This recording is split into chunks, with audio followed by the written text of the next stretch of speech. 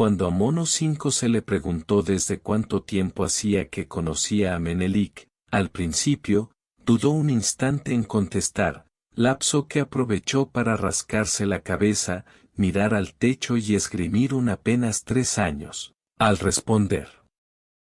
El tipo era de buen físico, y sabíamos que había tenido algo que ver, al igual que los otros. Se le enseñó un mango de hacha, la prueba que teníamos como identificada con el número 4, y se le preguntó si lo había usado como arma.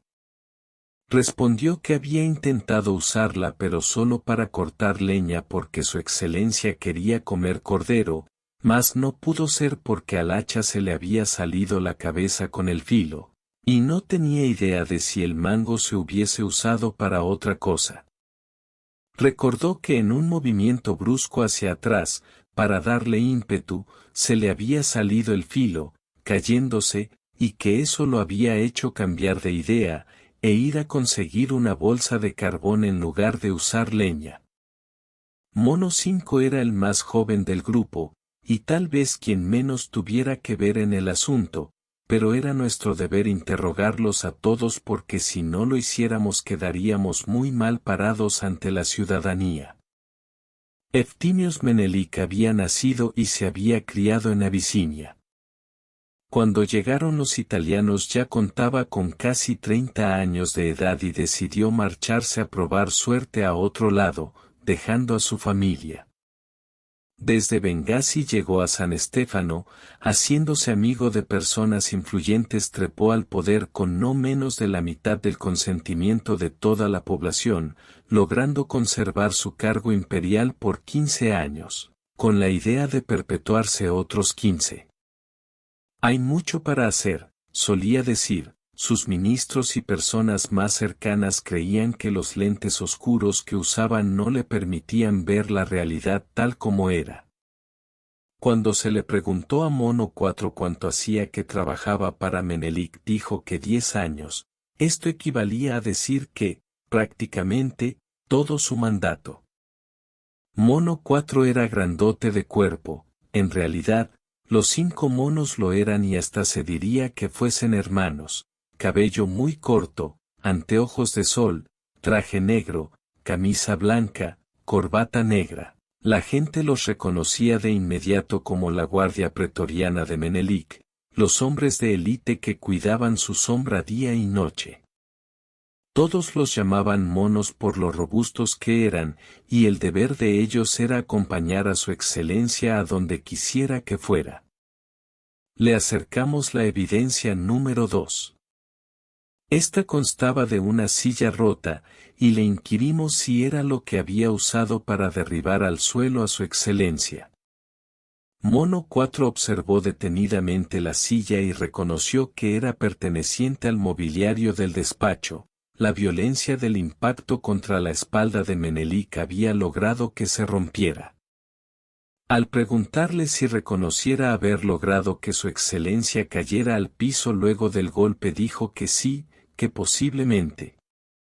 Pedimos que se rectificara o ratificara, que nos aclarara si había sido sí o posiblemente. Contestó que no lo sabía, porque cuando él ingresó al despacho ya encontró rota la silla y su excelencia tendido en el suelo. Sabíamos que también estaba de por medio el tema del tintero de bronce. Habiendo escuchado esto, anotamos posiblemente. Durante los años en que Menelik viviera en Abisinia llegó a ser campeón de lucha libre, deporte que le deparara grandes satisfacciones espirituales y económicas. De cuerpo pesado, fue calificado como la montaña humana, y todos los luchadores le tenían respeto. Pero al llegar los italianos la cosa cambió y decidió buscar nuevos horizontes, los cuales jamás llegó a pensar que aquellos terminarían en la política. En el Palacio Imperial todo era orden y acatamiento, aunque, a veces, algún ministro le contara que no había agua en una zona densamente poblada, y era ahí cuando la reprimenda hacia esa incompetente persona llegaba. Debiendo soportar la ira de su excelencia, gritando por todos los rincones donde estaba la falta de agua que él no la veía. ¿Dónde estaba? No existía. Además, si no había agua era porque no había llovido. Mandaría encarcelar al ministro por unos días. Cuando empezamos a interrogar a Mono 3 creíamos que la cosa sería más fácil con él porque teníamos la intuición que, si hiláramos más fino, veríamos sus huellas dactilares dejadas en la evidencia. Le alcanzamos la prueba número 3, el tintero de bronce. De inmediato lo reconoció como el que estaba sobre el escritorio de su excelencia. Ahí ya teníamos medio interrogatorio ganado, aunque él, con total aplomo, nos contara que posiblemente el golpe que lo había derribado habría sido la silla en la cual su excelencia habría querido sentarse, pero como su madera ya era bastante antigua, se rompieran sus patas y él cayera, golpeando su cabeza contra el tintero de bronce del escritorio. De la caída de espaldas y del golpe en la cabeza estábamos seguros. Lo del tintero era más que patente el daño que le había provocado a Menelik porque su cráneo presentaba una rotura del hueso parietal. Los días habituales de recorrida por los barrios Menelik se preparaba con bastante tiempo antes de salir. Guardaba sus lentes, sus anillos, su reloj suizo de oro, sus cadenas de campeón de lucha, se quitaba su traje de tela italiana, su camisa y su corbata de seda y se calzaba un mameluco. Una vez listo, salía con sus 5 monos. Menelik se jactaba que el pueblo lo adoraba, por eso era capaz de caminar las calles sin necesidad de usar su automóvil blindado. Posiblemente pensaría que la sola presencia de sus 5 monos, quienes lo rodeaban al andar, fuera suficiente y garantía ante todo. Vieron al grupo salir del palacio y enfilar por una calle de tierra. Era gracioso ver a los 5 monos hundir sus zapatos de cuero negro en el fango, mientras su excelencia caminaba sobre esterillas que sus pretorianos le iban tendiendo. Por la contusión recibida en su hueso parietal deducíamos que el ataque con el tintero había sido realizado por la espalda, al igual que el golpe con la silla. E incluso habíamos opinado que el sillazo fue lo primero que recibió. Cuando le llegó el turno a Mono 2 lo vimos sentarse, acomodar su traje, arreglarse el moño de la corbata y carraspear como si estuviera a punto de decirnos algo. Pero nada dijo, se cruzó de piernas y esperó a que iniciáramos el interrogatorio. Le alcanzamos la evidencia número 5, la cual constaba de un atizador para ahogar a leña. Esta herramienta aún conservaba, en su punta, rastros de sangre y le preguntamos si recordaba haberla usado para propinarle un golpe en la mejilla derecha a Menelik. Mono 2 estudió por un instante el atizador y puso cara de extrañeza, confesando que tenía conocimiento de que, su excelencia, se había caído al sentarse en una silla en mal estado, que había golpeado su cabeza con el tintero de bronce del escritorio, lastimándose la mejilla al caer de bruces sobre el soporte de los atizadores. Aunque no quedaba claro la perforación que lucía el cuerpo en su pecho y que le traspasaba hasta la espalda. La multitud se abrió paso para contemplar a su excelencia.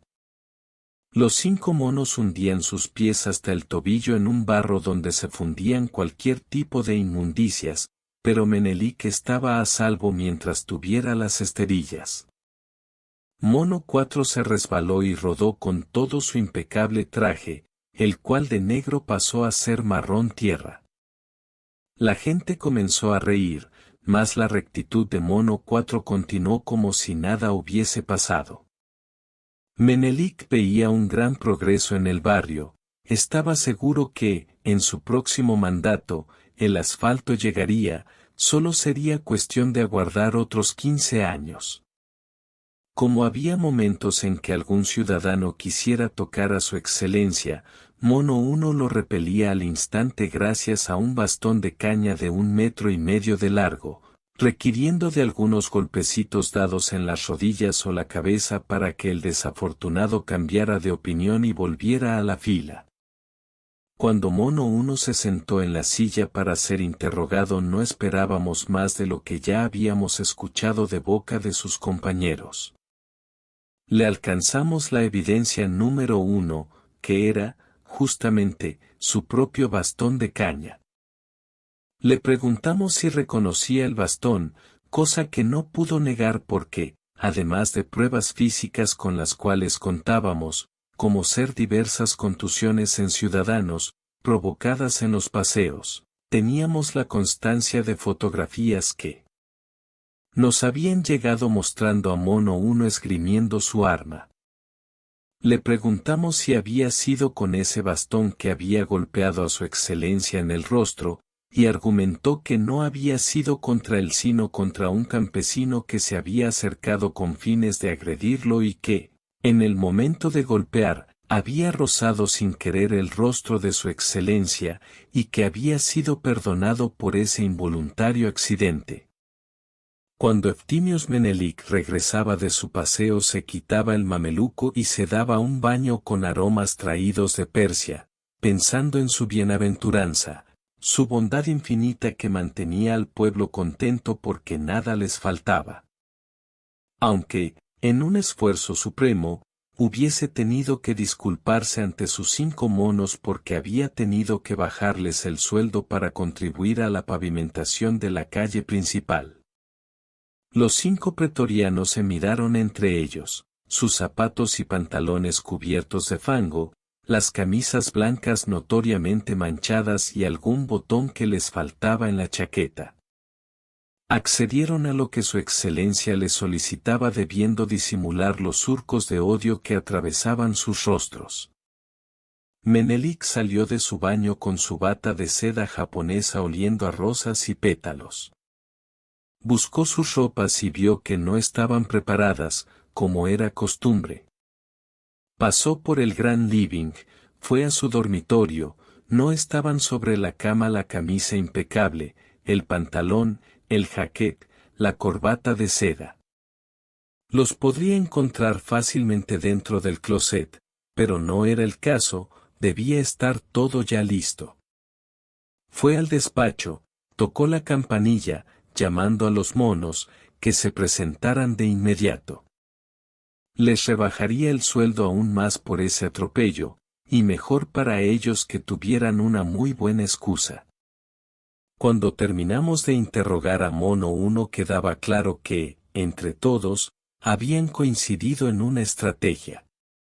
Más como luego de la muerte de Eftimios Menelik el gobierno había quedado acéfalo y los militares no se ponían de acuerdo en quién lo sucedería, decidimos, para salvaguardar nuestras propias vidas, escribir en el acta de defunción lo siguiente: se declara a Eftimios Menelik, nuestro gobernador, muerto accidentalmente al caerse de su silla en la que se había sentado. Producto de la caída fue su contusión en el hueso nasal, orbital derecho y parietal, además de lastimarse la mejilla izquierda al caer de bruces sobre el soporte de los atizadores. Una de estas herramientas se clavó en su pecho, gracias a la violenta caída, perforando corazón y pulmón. Esto lo firmamos todos. Pusimos el sello de la gobernación y la guardamos en una carpeta que dejamos sobre el escritorio. Luego confeccionamos otro acta, el cual rezaba: en el día de la fecha irrumpen en el despacho al llamado de su excelencia sus 5 monos. Debido a una fuerte discusión entre todos los presentes, Mono 1 golpea en el rostro a su excelencia con su bastón, rompiéndole los huesos nasal y orbital derecho. Su excelencia intenta recuperarse y amenaza a Mono 1 con iniciar una lucha. En ese momento Mono 4 toma una pesada silla y se la parte en la espalda. Aparece Mono 5, el último en llegar a la reunión, con un hacha la cual estaba usando para cortar leña y, en un intento de clavarla en el cuerpo de su excelencia, el filo se desprende del mango y pega con este en la nuca de Menelik. Mono 3 toma el tintero de bronce del escritorio y se lo arroja a su excelencia en la cabeza, provocándole la rotura de su hueso parietal, cayendo de cara sobre el soporte de los atizadores abriéndose una herida en la mejilla. El golpe de gracia lo daría Mono 2 con el atizador clavándolo en el pecho y perforándole el corazón y un pulmón. Luego sacaría el atizador del cuerpo y lo dejaría al costado del cadáver. Este nuevo acta también la firmamos todos, pusimos los sellos y la guardamos en la caja fuerte de la morgue judicial, en espera de mejores tiempos. Nuestra misión de investigación había concluido. Los 5 monos fueron exonerados y, con trajes impecables, aguardaban la designación de un nuevo gobernante. El pueblo siguió padeciendo hambre, miseria, desocupación, investigaciones clandestinas y muertes dudosas. Pero, para Eftimios Menelik, todo esto no existía. Era puro invento desestabilizador.